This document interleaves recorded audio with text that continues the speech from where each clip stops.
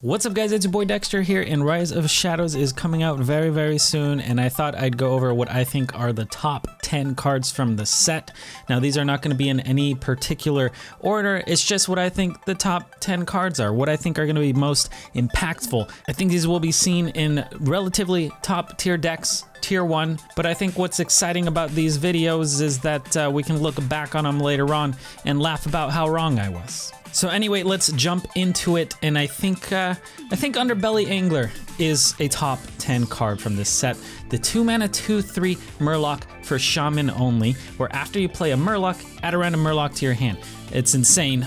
There's so many good Murlocs out there, and you're gonna be really happy to just continually get random Murlocs. If your opponent doesn't deal with this, they're gonna wish they had. The 2-mana 2/3 body on its own is quite good, and that effect is just nutty, plus obviously it's a Murloc itself. Maybe you don't actually play this on curve if you think your opponent can deal with it, and you end up playing it later on, maybe with another Murloc that makes all your Murlocs cost 1 mana, or maybe when you just want to throw a couple really cheap Murlocs so that you can just generate more Murlocs. But my god, this thing is nuts. I think it's 5 stars. It's top 10. All right, so I'll talk about this one right after because it's just nuts. This is Toxfin, a 1-mana 1/2 Murloc as well. This one is neutral, not a Shaman card, although I do think Shaman is going to be the Murloc class. I don't think anyone else is going to be playing Murlocs. And this guy has a great stat line. I mean, there's not a lot of great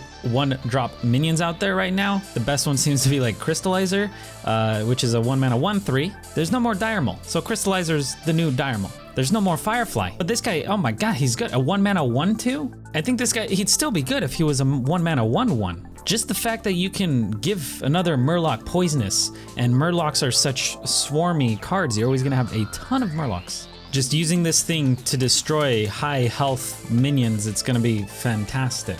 Also a really cheap Murloc that you can use with Underbelly Angler if you want to just cycle some Murlocs a little bit. And yeah, I mean, I'm scared that Murloc's just gonna be a top aggro deck, but I guess what's not scary is that we do have Hungry Crabs, and if Murlocs get out of control, you just get a Hungry Crab, you attack it in your deck, and you can eat the Murlocs, and that'll keep the Murlocs under control, hopefully.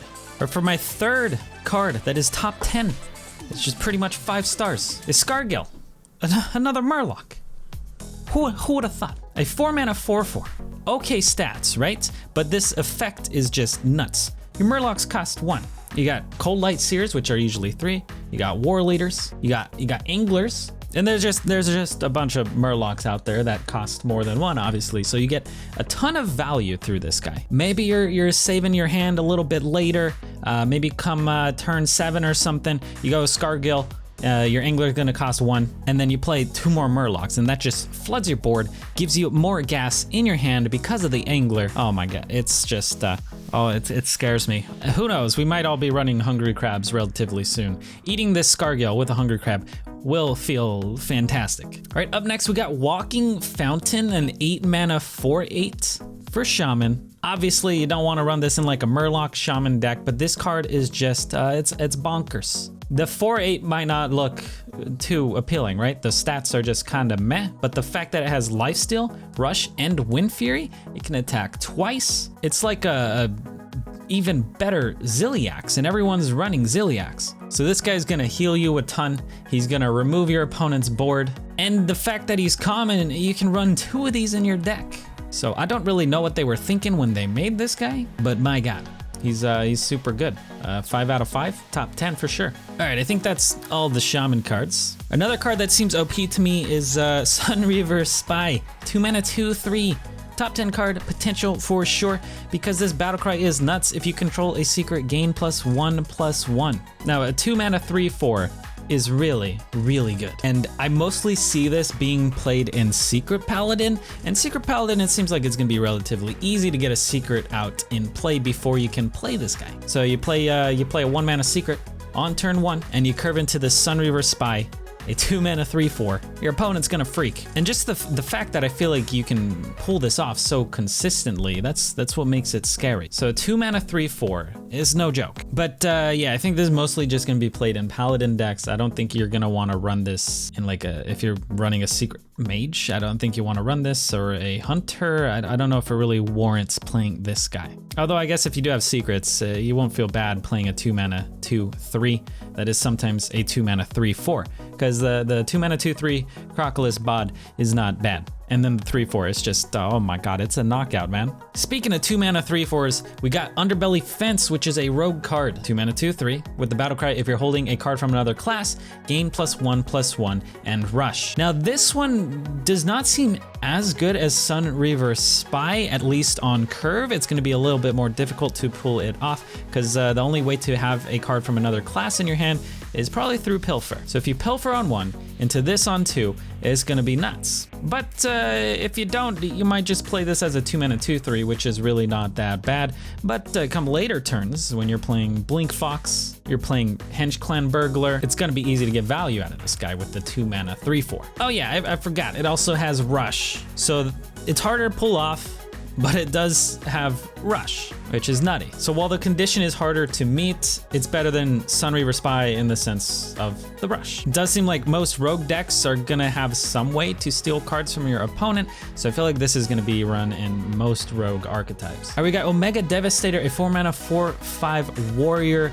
mech card here with the battle cry. If you have 10 mana crystals, deal 10 damage to a minion. So the body is great. The stats, amazing. It's got the Yeti bod. And this battle cry is just nuts. It's pretty much gonna destroy anything. There's not that many things that have more than 10 health. So if you play this on curve, it's kind of okay. And also he's a mech, right? So you play this on curve into a Ziliax or a War Gear, that's insane. And then if you just draw it later on, you pretty much get to remove whatever minion from your opponent's side of the board. So this is amazing. Discovering it from like Omega Assembly and stuff, that's gonna be great. Discovering it from Dr. Boom's hero power thing, this guy's just nuts. He's great, he's fantastic. And also, yeah, if you have the Dr. Boom hero in play, this guy will have Rush because he is a mech. So that's just icing on the cake. I feel like this would be great even if it wasn't a mech, but the fact that it is a mech puts it in that top 10 for me. All right, so we got Convincing Infiltrator, a 5-mana 2/6 priest card here with Taunt and Death Rattle, destroy a random enemy minion. Obviously, very reminiscent of Obsidian Statue, which was an 8-mana 4/8. So for 3/4 mana, you would get +2/+2 to your stats, and you would get lifesteal, which was a big deal. But the fact that you can play this earlier is pretty nice. Destroying a random enemy minion, plus a few others, hopefully, that have to slap into this, makes it really awkward to play around, and with Priest having so many res effects as well, this just seems fantastic. I don't see why you wouldn't want to run this in most Priest decks unless you're building like a silency sort of archetype, but you also have to keep in mind it does have a relatively high health, like 6 isn't, it's not 8, it's not 12 health, but still, Divine Favor Inner Fire here, 12/12 is pretty nutty. We got Heist Baron Togwaggle, a 6-mana 5/5 legendary rogue card. Terrible stat line, just a 5/5, really not that great, but what we're playing this for is the battle cry. If you control a lackey, choose a fantastic treasure. And these are the same as the Mare and the Fox treasures. These guys are amazing. They are so good. And the fact that you get to choose which one you want just puts this through the roof. So because this effect is so strong, there has to be a drawback, right? And that is that you would need a lackey in play. And it seems like most lackey generation cards are not that good. So we're gonna have to play Evil Miscreant, which really, it's probably one of the better lackey generation cards. So the fact that Rogue has this eases the pain of triggering the Togwaggle, right? Because 3-mana 1/5, you gotta combo them out, and then you get 2 lackeys in your hand. Then come turn 6, you probably don't want to actually Togwaggle unless you manage to stick a lackey, but probably around turn 7, you're gonna play the lackey, then you're gonna Togwaggle. So pulling this off on 6 seems very unlikely. I think if your opponent is playing against a rogue that has a 1-mana 1/1 lackey on the board, and the rogue's going into turn 6, they're probably gonna kill it. The other card that I feel like Rogue might run is gonna be like the Evil Cable Rat, which is really kind of, it's a bad card. 2-mana 1/1 that adds a lackey to your hand does not seem great, but you do want to fulfill the condition of Togwaggle relatively consistently. So I think you're gonna run the Miscreants in addition to the Rats in order to make your Togwaggle consistent. So you're running 4 kind of meh cards in order to make this fantastic card, which I think the effect of Togwaggle is definitely worth how slow these lackey generation cards are. So we got Keeper Steladris, a 2-mana 2/3 Druid legendary card, where after you cast a choose one spell, add copies of both choices to your hand. And while it doesn't seem like Druid is actually like a front runner, one of the reasons I chose this as being in my top 10 is how versatile it is. If there's a token Druid, you're probably gonna play this guy. If you're playing a more mid-rangey or control-ish sort of Druid, you still wanna run this guy because hitting it on a Wrath, you get a ton of value. Hit on the Crystal Power or whatever it is, ton of value. I guess maybe even sometimes you're gonna be happy this hits a Nourish. Mark of the Loa, I mean, there's a ton of great things that this guy can get you that effect on. I'm personally very excited about a token sort of build, and this guy's definitely going in there. He doesn't feel terrible playing on 2 as a 2-mana 2/3, and if he sticks, you're gonna get paid back quite handsomely. So yeah, I'm pretty sure if you're playing any Druid deck, you're gonna be running this guy, as opposed to like Underbelly Angler, you're only gonna run if you're playing Murloc Shaman, right? Or Togwaggle, Heist Baron Togwaggle, only gonna be run if you're playing a lackey rogue. So this guy's much more versatile, and he definitely makes my top 10. Okay, surprise, we got number 11 here because I was really torn, and I felt like this belonged somewhere. We got Mysterious Blade, which is a 2-mana 3/2.